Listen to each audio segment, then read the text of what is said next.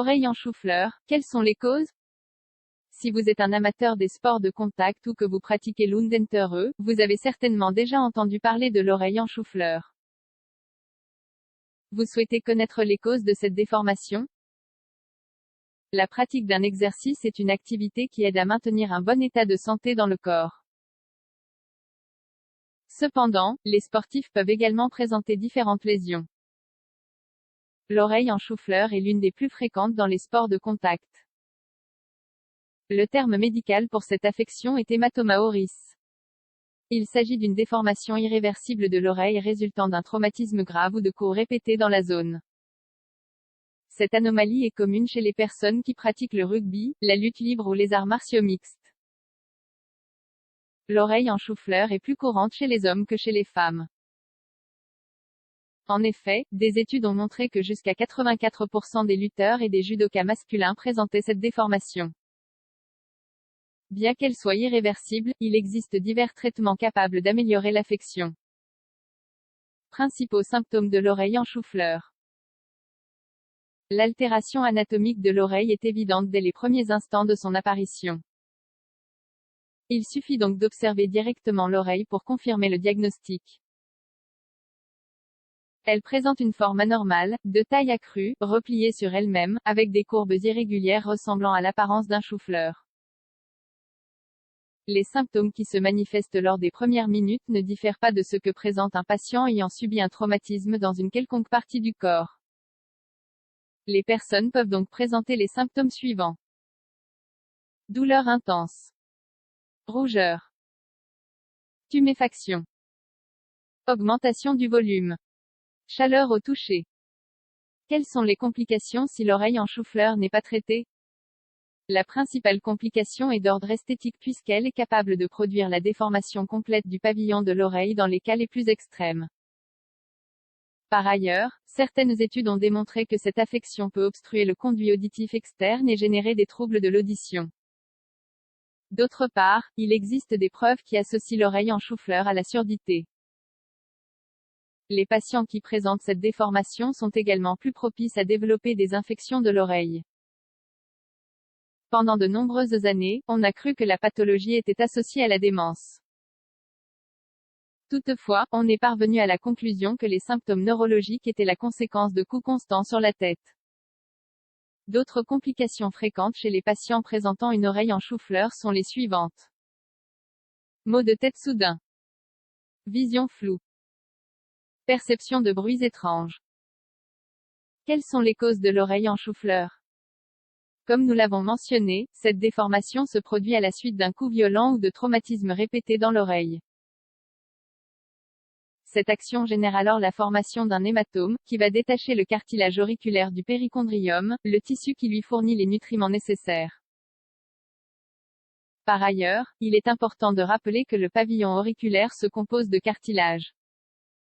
Il ne dispose donc pas d'irrigation sanguine directe.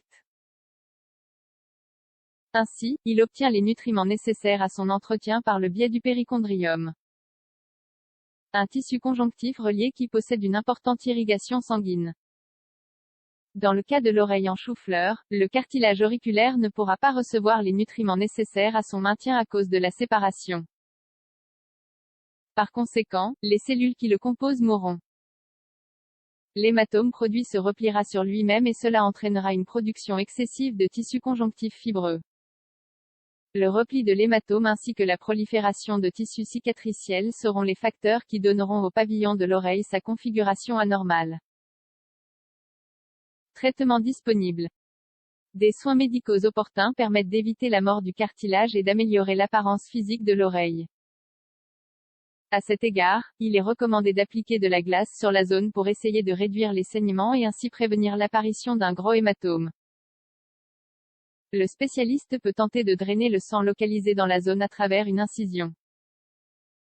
Il a effectivement été démontré que l'aspiration avec une seringue pouvait être suffisante. Une fois que le sang est drainé, le médecin procédera à la jonction des tissus avec quelques points de suture. Le médecin traitant conseillera alors d'appliquer une pression constante sur l'oreille affectée afin d'éviter l'apparition d'un autre hématome. De plus, le pavillon auriculaire est une zone propice aux infections. Il peut donc être nécessaire de prendre des antibiotiques. Il s'agit d'une déformation qui peut réapparaître chez de nombreux patients. Raison pour laquelle les contrôles de l'oreille en chou-fleur doivent être réguliers. La chirurgie corrective. Lors de l'apparition de l'oreille en chou-fleur, il est possible de réaliser une intervention chirurgicale appelée otoplastie. Elle cherchera à améliorer l'aspect physique de l'oreille. Il est important de préciser que l'oreille ne reviendra pas à la normale, mais qu'on peut lui donner une apparence plus esthétique. La procédure consiste à exposer le cartilage auriculaire dans sa partie postérieure. Ensuite, le spécialiste procédera au retrait de certaines portions de cartilage en recherchant une configuration plus anatomique.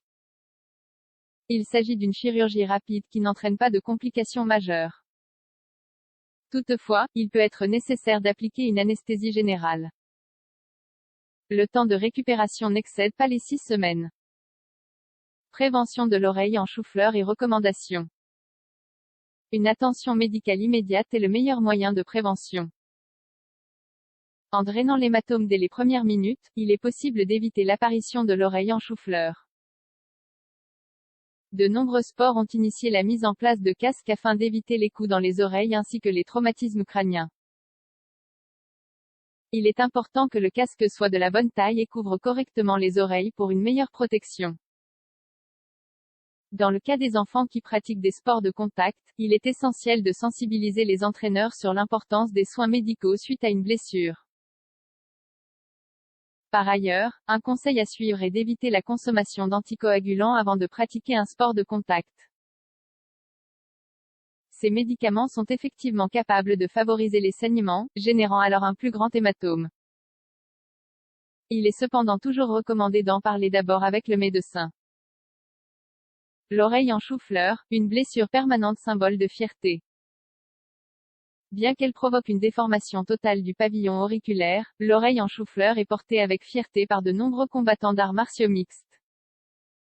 Elle est considérée comme un signe de respect ainsi qu'une preuve d'engagement sportif. Toutefois, il faut garder à l'esprit qu'il s'agit d'une blessure.